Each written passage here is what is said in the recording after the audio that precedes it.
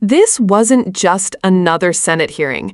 It was a moral gut check about who we are as a country and whether we still believe that everyone belongs.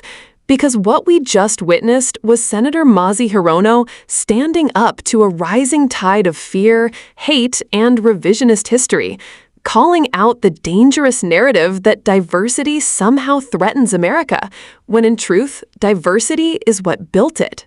Diversity is America's greatest strength. And as my Republican colleagues continue to demonize and otherize anyone who does not look like them, hate crimes continue to rise. Data shows that hate incidents are at their highest point since 2020, when the Senate passed my COVID-19 hate crimes bill. The Constitution mandates equal protection of the laws for everyone. Full stop. It does not bar diversity, equity, and inclusion. Programming relating to diversity is not illegal just because Donald Trump says so. That is why I have introduced a pro-diversity resolution joined by all of my Democratic Judiciary Committee colleagues, reaffirming our commitment to the fundamental values of diversity, equity, inclusion, and accessibility. I am proud to be from a state that is home to the nation's largest share of multiracial Americans. In Hawaii, we don't fear diversity, we embrace it. It is what brings us together. That is why I find it so confounding that my Republican colleagues are so fearful of diversity. My Republican colleagues are intent on teaching young people that people different from them are to be feared, mistrusted, and treated with suspicion. How does that bring us together? I've heard Republicans say that diversity undermines national unity. I'd like to remind us all that almost everyone at this table is descended from immigrants. The continental U.S. was created by Europeans who migrated to this place and founded a nation pretending that there were not millions of people who already lived here before Columbus so-called discovered America. This country was built by the work of slaves, dragged here against their will from a continent they would never see again. So we have always struggled with racism and exclusion in our country, and yet we have worked to keep the country united by encouraging and, yes, sometimes forcing inclusion.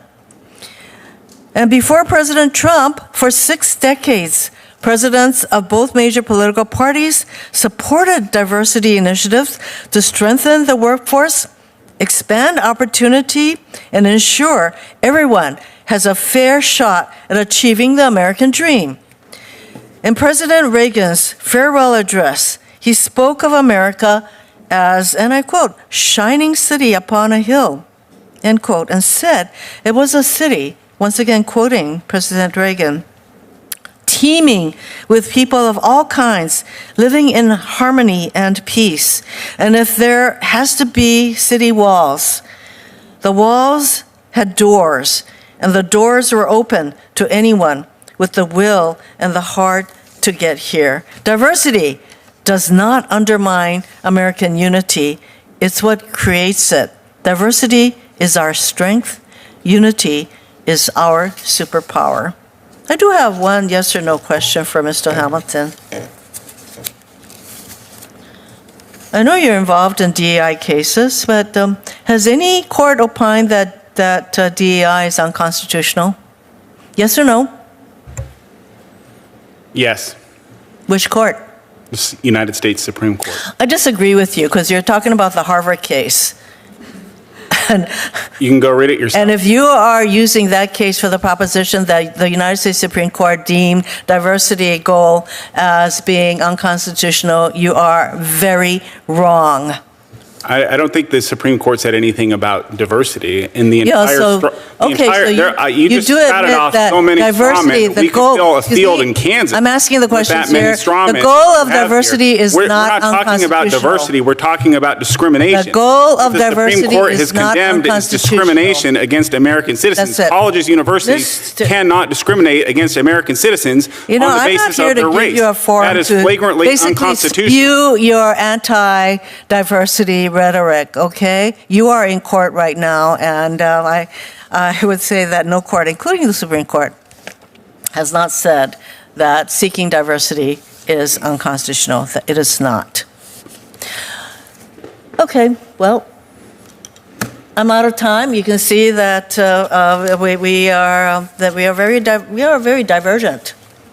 Senator Hirono's words didn't just push back against the GOP's attacks on DEI programs, they told a broader story about America's struggle with inclusion, justice, and the ongoing effort to live up to our ideals.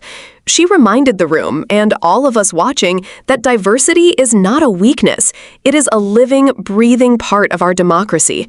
That's not just political rhetoric. It's backed by decades of bipartisan policy, Supreme Court precedent, and even Republican icons like President Ronald Reagan, who envisioned America as a shining city on a hill open to all. But now that vision is under threat. Across the country, DEI programs are being stripped away, not because they're illegal, but because they make some people uncomfortable, because they challenge systems of privilege, because they dare to say that everyone, no matter your race, background, or identity, deserves opportunity and dignity. What Hirono is doing here is more than symbolic. She's introducing a pro-diversity resolution backed by every Democrat on the Judiciary Committee to make sure that Congress doesn't just sit by while DEI is vilified and dismantled.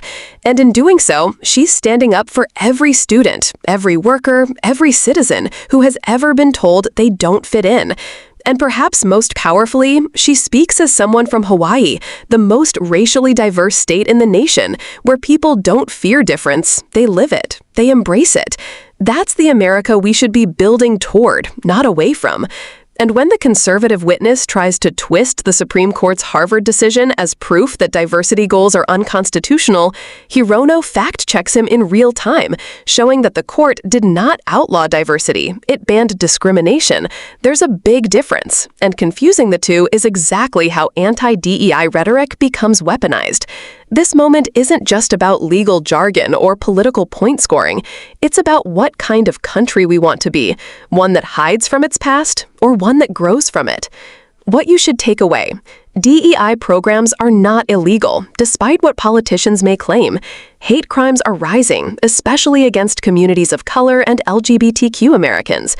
The fight over DEI is a fight over truth, opportunity, and inclusion, values that have always defined America at its best. If you believe that America is strongest when it includes everyone, not just the privileged few, like this video, share it with someone who needs to hear the truth, and subscribe for more real moments from Congress that the mainstream media won't show you.